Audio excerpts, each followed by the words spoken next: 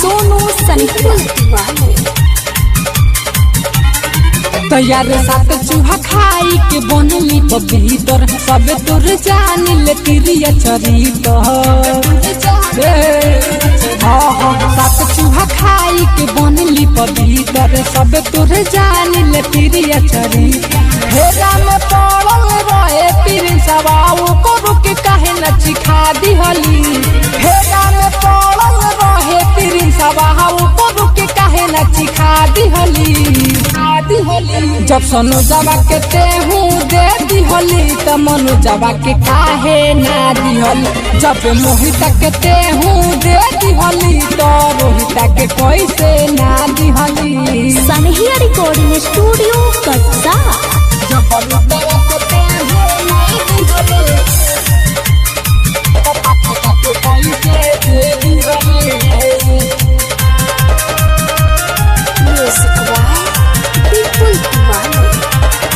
तैयार मंगला पते तो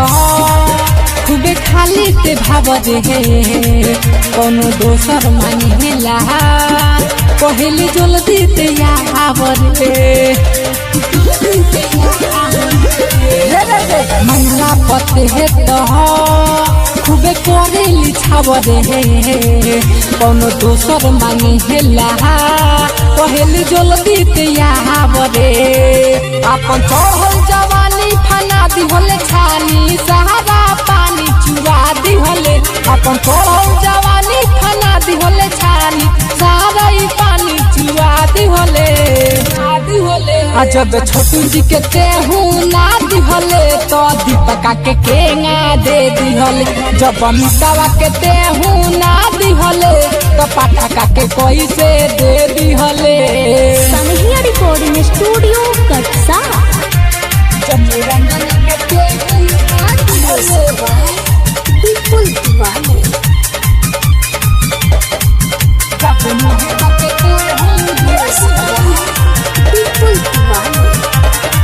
तैयार घर सौ के देह के खूबे कोइले बाड़ी ना मरे कोनो दोसर ले जाई कही खत्म बया मरे के देह के खूबे कोइले बाड़ी ना मरे कोनो दोसर ले जाई कमे लागी तोर दाम रे अरे मनु बिंदा सवा कहेला के तो हैया हंडा के जैसे से दिहले अरे मनु मन मुलावा कहेला के तो अंडा के जैसे से दिहले